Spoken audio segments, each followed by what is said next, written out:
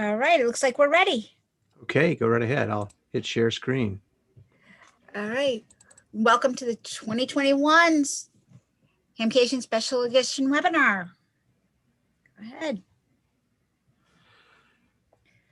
Thank you. Melissa, are you seeing the proper view? Or maybe someone in the chat room can tell us. Are you just seeing the slideshow and then my picture? No, we're seeing the same. We are. Could anyone give us advice here on how to just get this correct to the correct view? Because I'm seeing the slideshow.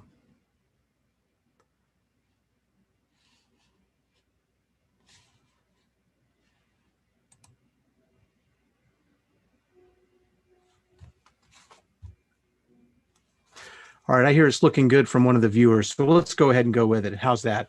I'm Scott Wright, K0MD, and it's my pleasure to talk about contesting from the Caribbean, from the Turks and Caicos as VP5 Sugar and VP5 Hotel over the last decade or so.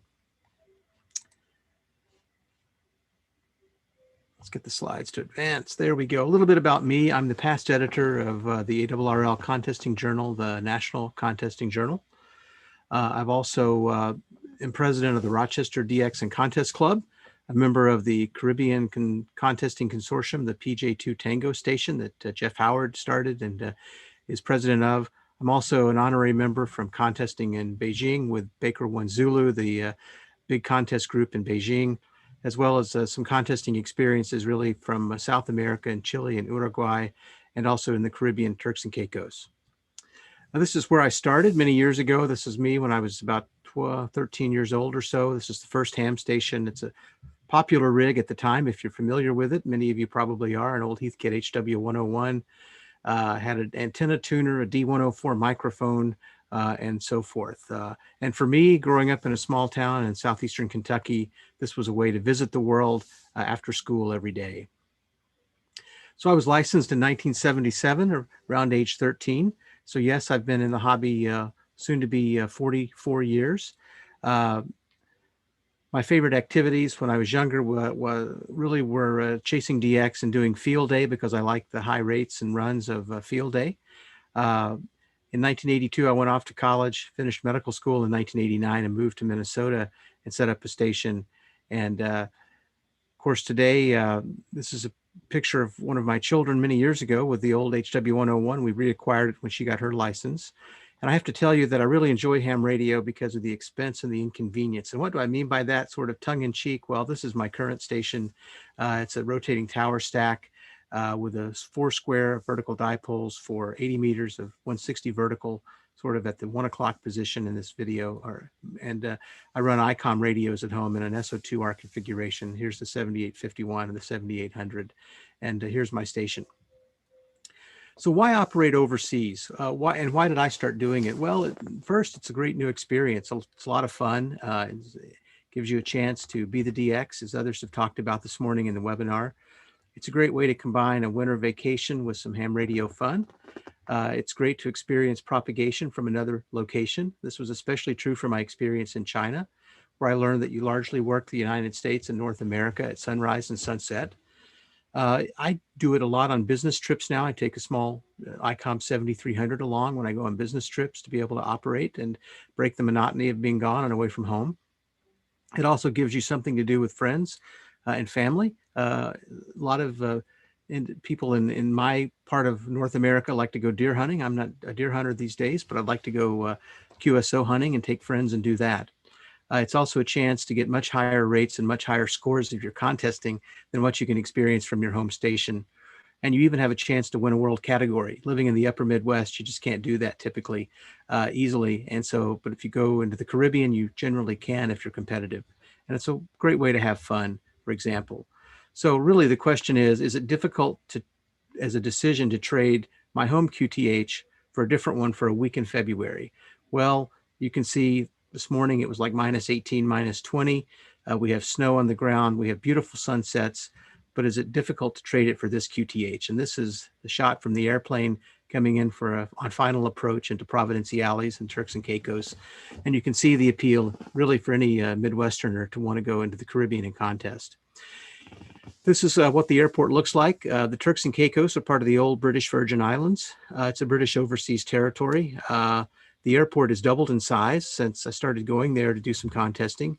It's a really modern airport, but like many warm weather only location airports, you land outside and come down a stairwell, and then they have an area that's roped off. You can see on the slides that show you where to go and find customs. I wanted to put this in for those of you who go overseas or will go overseas and try it after this talk. You have to recognize that there's a strategy for dealing with any country that you go into with customs. Anyone bringing a Pelican case or a big box or oversized luggage is really a target for customs officials. And with regard to ham radio, you typically have to pay a temporary importation duty to bring your equipment in. So I knew this going in. I would always create a manifest. The rigs were always used. I didn't take a brand new radio there because the value was just quite high. And so you would have to value the rig on the used market and the other equipment, including your keys, your antenna switches, and all of those things. And they typically would assess an 8% tax at the time that you enter the country. And you're not going to be getting that back. It's just a tax for the privilege of bringing it in. Typically, it was for ham radio. If you brought scuba diving gear or high-end computers, no tax. And I talked at times with the government officials there, but there was no way to negotiate around that over the 10 years we were going. So typically it would cost the team $250 to $400 in fees. Now, early on when we started contesting in Turks and Caicos, we would go to the QTH of Jody Millspa, Victor Papa 5 Juliet Mike. I worked Jody in the early 90s from my home station, and she was always a very sought after DX contact by North American Hams, never dreaming that I would someday get to know Jody and meet her and operate at her home station. At her QTH that she rented until 2017, 2 ham operators, she did have radios available, and ICOM 738 was there, but the rigs were reasonably old. They did not have connections to allow computer control easily. They had no DSP.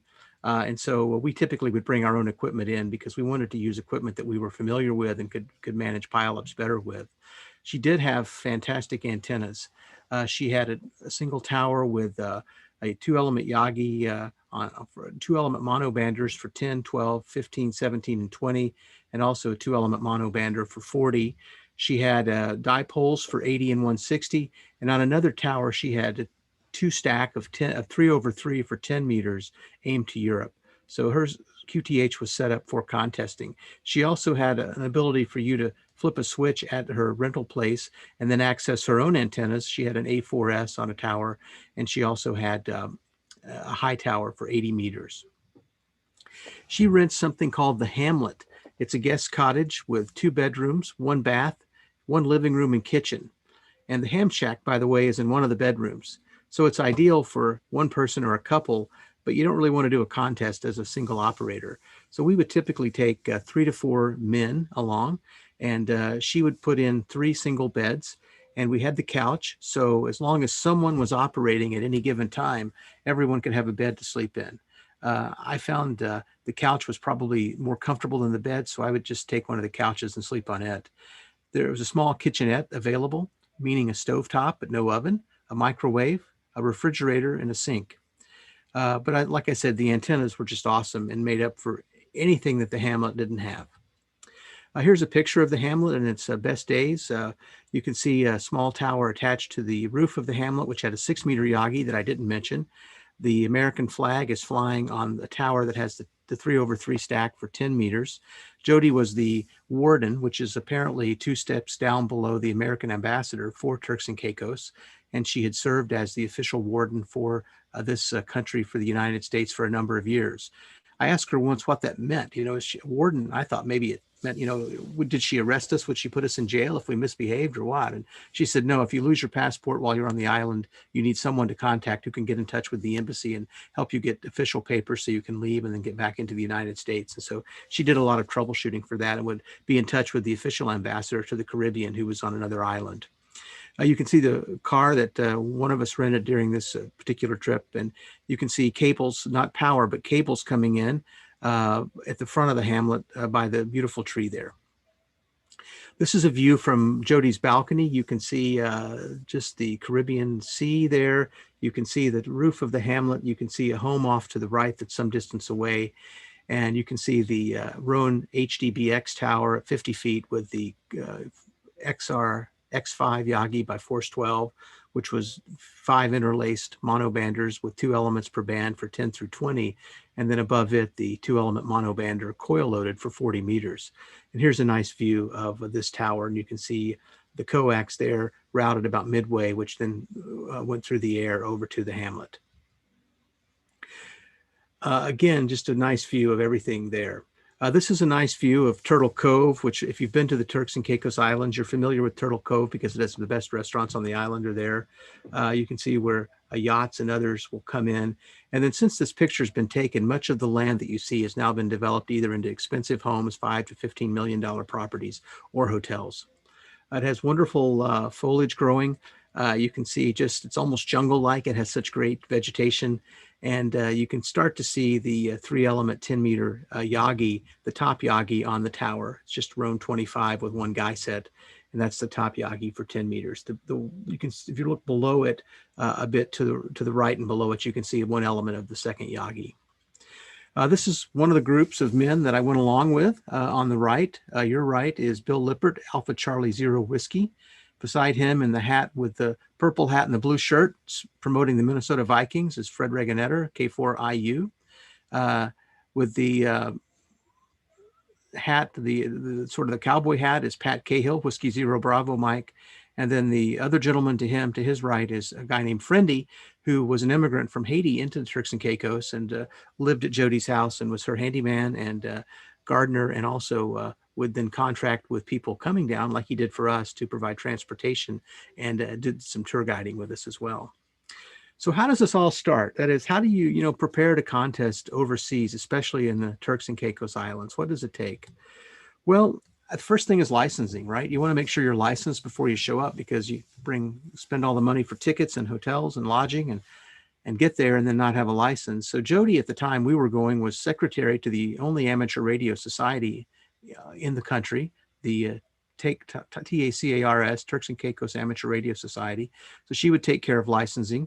You had to send in advance to Jody a copy of your United States license, a PDF copy of your US passport, and a 2-page application along with payment. So it was about $30, $35 for VP5/K0MD license, and then another $35 for the 2x1 call, Victor Papa 5 Sugar or Victor Papa 5 Hotel, that we use for the contest. And the 2x1 calls are only good for 48 hours. So you start them at the beginning of the contest, they expire at the end. That's why if you look up VP5S on the website, you on QRZ, you will see that it's mentioned only as a contest call sign. Once you are approved for a license, and you can do licensing same day if you bring everything with you, but it's good to do it in advance. Once you're approved for a license, you're given full privileges on all the ham bands and full legal power. So you can apply as a technician class, but in the Turks and Caicos, they will give you the equivalent of the US extra class privileges. And Jody always promoted it as a way to bring along a child or an adult child or a spouse who is interested in ham radio, but maybe has a technician class. And once they get a taste of how much fun HF sideband or CW is, they come back to the United States and they upgrade. You can also contact the Ministry of Telecommunications directly and work with them if you want to. And I will say that there is a video somewhere on the internet of one of our teams doing ham radio, because they looked at it as a great way to promote tourism in the mid-2000s. So we're in video somewhere for them. There's currently now a new ham rental there by James Jordan, K4 Quebec Papa Lima, and he takes care of licensing for anyone coming to his property. It's very seamless with Jim, like it was with Jody. The second thing you need to do is organize a team, and then plan an operating schedule so that everyone can operate as much as they feel they would like to, or in an equitable way. I recommend you get some forms from the U.S. Customs Office for Form 4457 and have your equipment approved by Customs. It makes it much easier to bring it back into the United States. It guarantees that you didn't buy it overseas, that you're not trying to import several $1,000s of communications equipment. It's very simple. It takes about 30 to 45 minutes to meet with a customs official at your local airport. They will look at the equipment, make sure the serial number is correctly copied from the equipment onto the application, and then they stamp it and sign it, and it's good for the life of that piece of equipment. You need to figure out how to get to the island. It's only available typically by flight. I guess if you own a yacht, you could sail there from Florida. You need to come up with menu and grocery list and have a menu that everyone's agreeable to. A chore list, because everyone's coming to operate. No one wants to take the garbage out or sweep the floor. So we've got to do the basics of living too, and any other responsibilities. So here's an idea of how we did it. We would typically arrive on a Wednesday and leave on a Monday. I would recommend you stay longer, but because of work, most of us had to be gone less than a week. We came up with a plan for meals. So typically on the day of arrival, we would eat at one of the good restaurants there close to Jody's house. And then for breakfast, we would have a typical array of simple foods, and then who would do clean up lunch and supper, and as well as who would cook for what meal. And Jody typically liked to cook one meal for her guests, and so we would take it on Thursday night. Then on Sunday night, we would eat out after the contest to celebrate. And then Monday, we tried to make sure we just used up all the food we had left. And if we had unopened food or unspoiled food, we typically would give it to Friendy to save him money from having to go grocery shopping, so the food didn't go to waste. Here's a typical grocery list. There's an IGA food store on Providenciales. It's got all the American food. It's just about twice the cost because it has to be imported in. And so we would buy things and come up with that would meet our menu. So how do you put your equipment together? Well, you think about what you're going to need. Imagine taking your radio station to a friend's house, and what would you need? And so I always made a list and kept an inventory of what we needed to take, and then thought what might break and what could we repair on the island, because there is no ham radio dealer on Turks and Caicos. There was a Radio Shack, but they didn't carry much. The Home Depot-like store there was quite good. We could get soldering irons and wire and connectors occasionally there. But we would take a rig, a power supply, an antenna switch, an amplifier, CW paddles. If different men liked different types of paddles, they could bring their own. I'm a Bengali fan, so I would bring one of my Bengali paddles, for example. Everyone needed to bring their own headphone microphone set to minimize the risk of passing along a cold or any infectious disease. And then we needed cables, spare connectors, extra USB cables because things break. You need a keyboard for your computer, you need a couple of laptops. We even brought a monitor one time so we could have a bigger screen to look at. The transportation of all of this into the island, I think every ham needs a couple of Pelican cases. We brought all of this typically down in 2 Pelican cases. On one occasion when I traveled with Glenn Johnson, W0GJ, he brought 4, one with the radio, and then several had his ACOM 2000A amplifier in it, including the tubes in a special case. It was a beautiful setup, but it was just a lot of luggage to get checked into the airline, pay for the fees, and then bring it in. The smaller cases can hold small rigs like an ICOM 7000 or a 7300, or you can even put them inside a suitcase. Typically traveling with my 7300, I will put it in a smaller Pelican case, which actually fits inside a suitcase so it doesn't raise concerns with the airline. And then it's got extra protection around it as well. And remember, it's going to get tossed by the airline, not with any tender loving care, but like any piece of luggage, because they're moving hundreds of pieces per flight and connection. So just expect something to break, and so pack it really well. Other things to bring are extra fuses, a soldering gun, an iron if you can. The voltage in Turks and Caicos is like the US. The outlets are the same. And you need some RCA cables, of course, to key your amplifier. So this is what it would typically look like on a February or March morning before we departed my house. I'd have 2 of these upstairs ready for to put in the car and take to the airport. So in the early years at Jody's place, we brought everything. I typically brought an ICOM 7600, which became my favorite rig for overseas contesting, an ACOM 1010, which is a fantastic amplifier for contesting. I do not recommend any solid state amplifier for contesting. A lot of you would like expert amps, I know. I brought a brand new one there and it broke on the second day. So I would not bring a solid state amp of any kind. I think the tube amps are more durable and resilient. That's what we took. The 1010 is small. It gives you 800 watts, and 800 watts in the Caribbean is like 1.5 kilowatts in North America. We've eventually started bringing a remote antenna switch so that we could switch the coaxes more quickly from the radio instead of having to unplug them when we QS wide. We used a microham microkeyer for CAT control, cables, extra, jumpers. We one time brought a K9AY loop for improved low band listening on 160. Some Heil adapters for different headphones. And again, all the team members brought their own headphones, but I always brought a couple of extra Heil adapters so that it was easy to switch in and out. This is what it looks like arriving there. You can see one of the Heil adapters in the Pelican case at the sort of the left side of the picture. There's Jody greeting us and her dog Molly, one of her dogs. Molly passed away during the time we would go there, but Molly would always come in and inspect and was looking for food and snacks. Jody was always coming down to check on how the score was going, because she would often listen in with her transceiver at her house, 500 feet away, and sometimes even worked us once during a contest, not realizing that we only got points for North American stations. Here's an example of operating. This is me with a Vikings cap like Fred had, operating with a keyboard. The radio is sort of hidden at the bottom right of the screen. There is a USB jumper there to jump to the computer. There's an ACOM 1010. You can see the Array Solutions RAT6 switch to switch between several antennas. And that's a very handy antenna switch to take along for a portable operation.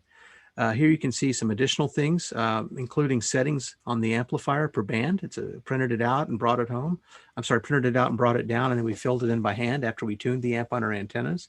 There's an operating schedule right on top of the keyboard of the computer. We're using an external keyboard, so we have the operating schedule there, so you know who's next up after you finish your 1 or 2 hour shift.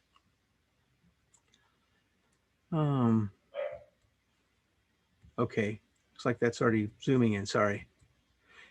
Here I am. You can also see the antenna switch. And then another thing I want to point out to you, if you can see this, is the iMate. Now, those are not necessary now with the modern ICOM rigs, but that was very handy for us to be able to use to hit voice messages and not have to always say CQ Contest, Victor Papa 5 Hotel. So that's very important. I think it's important also to pick teammates who complement your skills, right? You want to have teammates that you get along with. So no decision is more critical than you pick who you travel with. There needs to be good chemistry with everyone. You don't want someone who's extremely high maintenance or is chronically angry or irritated, right? You want people who all agree to operate ethically. The last thing you want to do is to come in at 3 a.m. and see someone has been running illegal power, and you feel like you've broken contest rules. So pick everybody who agrees to operate ethically. And I always like to pick operators who are better skilled than I am, so I can learn from watching them. And then finally, people you want to just enjoy the experience with. I like to figure out what niche expertise the teammates had. One year we brought Tom Vinson, November Yankee 0 Victor, along. And Tom is much more of a DXer than a contester, but he's good at both, frankly. But he's a really good mult finder. Tom did an overnight shift on the low bands, and I got up to relieve him at 4 a.m. and I looked at the QSO numbers, but every QSO he worked was a new mult. He had hunted all of the mults for us and filled them up on 160 and 80, which was really helpful for our score. K4IU came along multiple times. Fred's a good friend and a great mentor in contesting for me. He knows half the country in contesting, so it wasn't uncommon to hear Fred say 59K, oh, hello, Bill, how are you? Or hello, Judge Rainey, how are you? He just knows everyone in the country. We had Bill Lippert, Alpha Charlie Zero Whiskey, come many times. Bill is president of our contest society. He's now an ARRL division director. And he was good at, even as team members, he would help coach us, or if MWA members were working us, he would often coach them and encourage them as he worked them. So a great teacher and mentor in contesting. And Pat Cahill, Whiskey Zero Bravo Mike, who you saw in the photograph, is a very persistent operator. If Pat heard any part of your call, he would stick with you until he worked you. So fantastic contester in that regard. Mark Endorf came along at least once, WA0MHJ.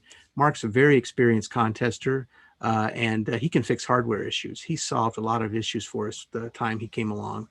And I have to say that Bill and K0PC Pat Kane are both software geniuses who can not only fix N1MM and make it much more ergonomic for how you operate with it, but they run high rates and have very low not in log statistics. So they have very low error rates. W0GJ is really, as everyone knows, a world-class contester and DXer and knows about everything about contesting. So he was always a good resource. And if you weren't sure about when to QSY, Glenn always knew when just his hunches were always correct about when to change bands. And then of course, myself, I really was interested in working high rates. And some U.S. contesters would try to give me a weather report from where they are and tell me how far their QTH was from the capital of their state, and then would get angry when I wouldn't answer the questions repeatedly as they were trying to break others in the pileup about where is Turks and Caicos. So because we were very focused on keeping our rates going. Here's a picture of Tom one evening, NY0V, working late on the low bands. And here you can see Bill working on his computer. At the time we were contesting together, Bill was a full-time chair of engineering at Hormel Incorporated. And so he frequently had to deal with work issues while we were contesting. And there you can see me with a Heil microphone on the 7600 doing some work. And I thought some of you might like to hear what a pileup sounds like. So I'm going to try to play this, and let's see if we can get that audio to come through. N0UY 59K. Victor Papa 5 Hotel. KT4 Alpha Hotel 59K. You're 59 Kilo Yankee. Roger, Victor Papa 5 Hotel. N3RR 59K. Roger, BP5 Hotel.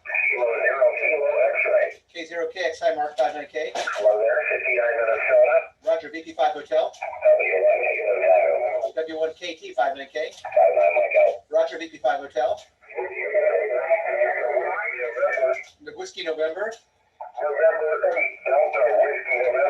November 8 Delta Whiskey November 59K. Well, there you can get a good sense for what the pileups sound like and how challenging they are. I listened to these recordings and I'm amazed that I could hear some of the calls, because listening to the recording, it didn't sound quite as clear as it did, I guess, at the time.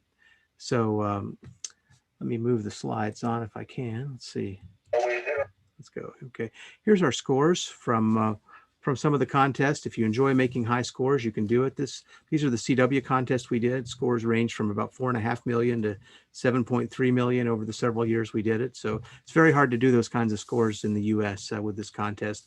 And with VP5 Hotel, the phone team that Glenn Johnson ran and I joined, you can see we had scores ranging from nearly 5 million to almost 8 million going forward like that. So a little over 8 million, excuse me.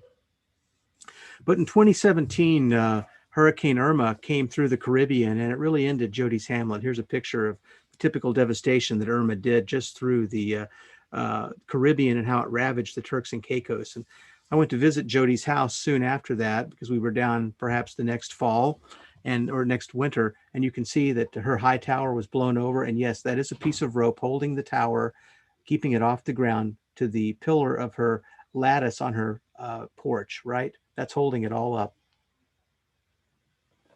And as you can see, the 6-meter Yagi on top of the house was ripped off and the antennas were taken off of her Roan HDBX tower.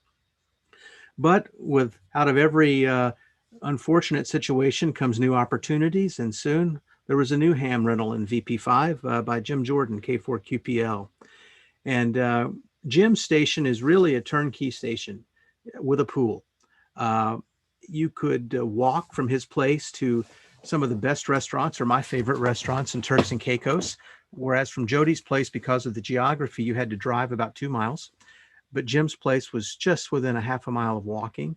And his setup was largely for K3s. And I had a K3S at the time, so you could just bring your K3S in a suitcase. He had the power supplies. He had a KPA 500. Everything was there. So I brought a Bengali key, a K3S. I even brought an extra power supply, a computer, and that's all you needed. And here's the first picture of Jim's place. So a little different looking than the Hamlet, certainly more expensive to rent than the Hamlet, but much more beautiful and modern. The Hamlet has its charm, but so does Jim's place. And there's a 3-element stepper that he has. It's got a 40-30 dipole on it. And if I go back up, behind the house, you can run a 160 inverted L off that tower. You can put a second tower up with an A3S temporarily if you want. And then he has an 80-meter dipole. And Jody's place is right where I've got the arrow pointing. If you know Jody's house, you can see her home, and you can see one of the towers is up, but there are no antennas. And it's very close to Jim's place, but it's too far away to be networked with Jim's place as part of a 2-station network for, say, CQ Worldwide contesting. But of course, anyone who comes along, the pool is wonderful to use. Jim's home is just beautiful on the inside. We would move the station right underneath this television, turn his television into a large screen monitor. So anyone who came along with us, several of the teammates brought their wives. Mine never was able to come, but their wives would watch our score and watch how we did. You have a nice eating place, and his home is just adjacent to Turtle Cove. As you can see, it comes with a fully stocked kitchen. That's tremendous. All the bedrooms look like this. So it's a rental for vacationers in the Turks and Caicos, and he also rents it to hams. It's just a beautiful property.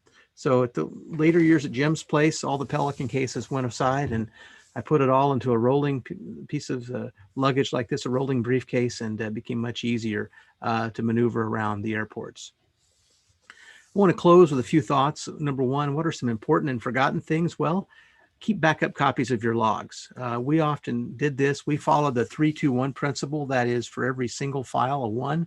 We had 3 copies on 2 different media, whether the media were hard drives on a computer, flash drives, or a cloud-based storage. It's always important to turn your log in before you leave. I do it for a number of reasons. Number one, because it gets it in, and I can forget. One time I forgot to post a score for 5 million points, and that was a bummer. You can also ask a team member to check. Secondly, it removes any temptation for correcting the log if you get a QSL card before the deadline, which you're not supposed to do. And third, everyone wants an LOTW confirmation, so turning it in and uploading it to LOTW at the same time takes care of everything. If you win an awards, I always say get your teammates copies of any plaques or certificates. And if we didn't place number one globally, or number one in North America, or number one even for Turks and Caicos, there's one time we came in second there from a team on another part of the islands, I would give them certificates, a frame certificate if we didn't win the plaque. Other things I recommend, go early, go a few days early to adjust to what the ham radio propagation and the pileup sounds like at that end of the rig. It's different than your home, and you need a little bit of time to acclimate to what you're going to hear and to get into the zone of working people at those rates. If you do a write-up for 3830, just ask your teammates to contribute to it. I ask each of my teammates to write a few sentences or a paragraph for 3830. Take lots of pictures. You never know when you're going to need to share them or be asked to give a talk or something, and just savor the experience. I have to say, putting this talk together reminded me of how nice the Turks and Caicos are and how it'd be beautiful to go back. Any unique memories? Well, I want to talk about 2, and one involves a solar eruption.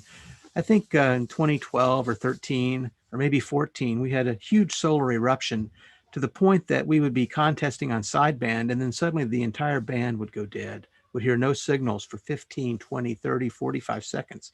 And the first time it happened, I thought I'd broken the radio. And then it all came back. And then we ultimately realized after a few hours that we had experienced a huge solar eruption and that we just lost propagation because we were right near the epicenter of where propagation is. And then in 2013, Rich Westerberg, who presented this morning, was with us, and he was running on 20 as he loves to do. And a station came on and said, "Rich, there's a Russian station a KC or 2 above you that's very loud and splattering you." And Rich said, "It's okay. The sun is going to set soon in Moscow, and this station will fade away." And then Rich said within 30 seconds, the Russian station appeared on frequency and said that Radio Lima 3 Alpha will not be going away, and then moved right back up and continued the run. And it was just a very funny experience. Well, again, savor these times, and Tom and many others and I have talked about all the fun that we had after that contest. And we took this picture. You can see at the end of the contest, there's Bill Lippert, myself, and Tom Vinson, and Fred, I think, doing a photo. It's hidden by the camera of the station, looking at our score, thinking about it. You can see that Bill and I both had some sunburn from the sun there. Of course, two Midwesterners coming to the Caribbean didn't bring enough sunscreen, so we got a little sunburn there. And we've always enjoyed eating out. This is the Tiki Hut, one of the great restaurants on the island. There's Jody Mill Spa with us one year, Bill, Fred Reganetter, and Pat Cahill. Pat's in the middle, Bill's in the blue shirt, Fred's in the typical Caribbean attire there with a new pink colored hat with his call sign. And then, of course, we found Big Al's Diner, and we submitted this to the NCJ because we thought maybe the editor at the time, Al Dewey, had a restaurant going, but somehow it didn't make NCJ. So Al, if you're listening, we still would like to get this into the journal. Then, of course, as we leave, Turks and Caicos, and on a cold February day, even in Florida, I hear it's cold there today, like it is here. There's always some place to go to enjoy these contests. So I'm going to stop here and be happy to take questions. Okay.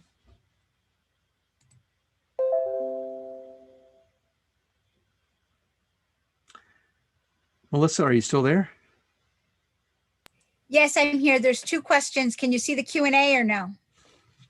I can. Let's see. Okay. Okay. From Jack Hyder. I've worked Jody many years ago, but I've not heard from her. Do you know her status? I do. I talked to her a couple months ago. She's doing exceedingly well. She is in great health, great spirits. She's got a new dog. She travels back and forth between, Miami and the Caribbean on occasion, and is in the best of spirits. She, I think, believes that the ham radio time of her life has passed, and so she's very happy now on the internet and rooting for her favorite team, the basketball team out of Miami. And what is a mult? A mult, Ken? Well, a mult is a station that you work to get credit. So in this particular contest, you get credit for every station you work plus a multiplier credit for each state and Canadian province. So, if you add the Canadian provinces and the states, that would roughly be, I don't know, 50 some odd mults. And so we tried to get that number of mults on each band. And so it adds into your score. Your final score is a combination of stations worked, points made from those stations, plus how many mults you got per band. So that was the question. Multiplier, correct. Yep. Okay. Other comments or questions?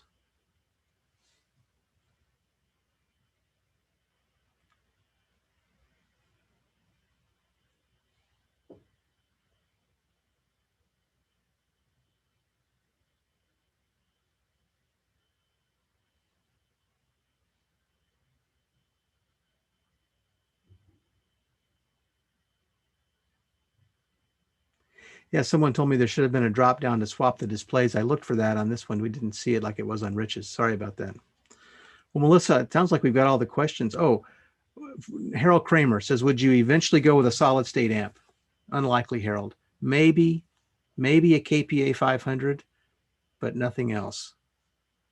That one's been battle tested in DXpeditions, but I'm still a tube person. In my home station, I have 3 tube amps. So I know it's probably Ludditish of me. I'm still using paddles and tube amps and CW and sideband. But yeah, once you've had a failure, you just don't want it to happen again.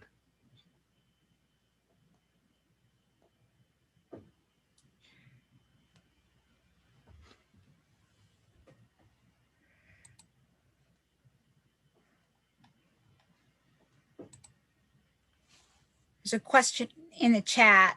Okay, go ahead Do and you ask it. remove the tubes for transport? That's a good, I don't remember for the ACOM 1010. I don't think I did. There's only one tube. I just don't remember. I know for the 2000, Glenn always did and put them in a Pelican case. And I can't remember if I did, but that tube's pretty durable. So I doubt that I did. We took it a number of times. I had a special Pelican case for that amplifier. It's heavy. It's about 50 pounds. And in fact, I frequently had to move the power cable. It had a removable power cable, so I would have to take it out of the Pelican case or the case that it had and move it to either my luggage or to something else because it was right at the weight limit for the airline. So I don't remember taking the tube out. It never seemed to be a problem for that amp. I certainly, if I were going to take a KPA 500 with me or anybody, I would put that I would not pack that away. I would put that in a backpack and just wear it. I've seen K0 PC do that. That's how I would do a solid state KPA 500.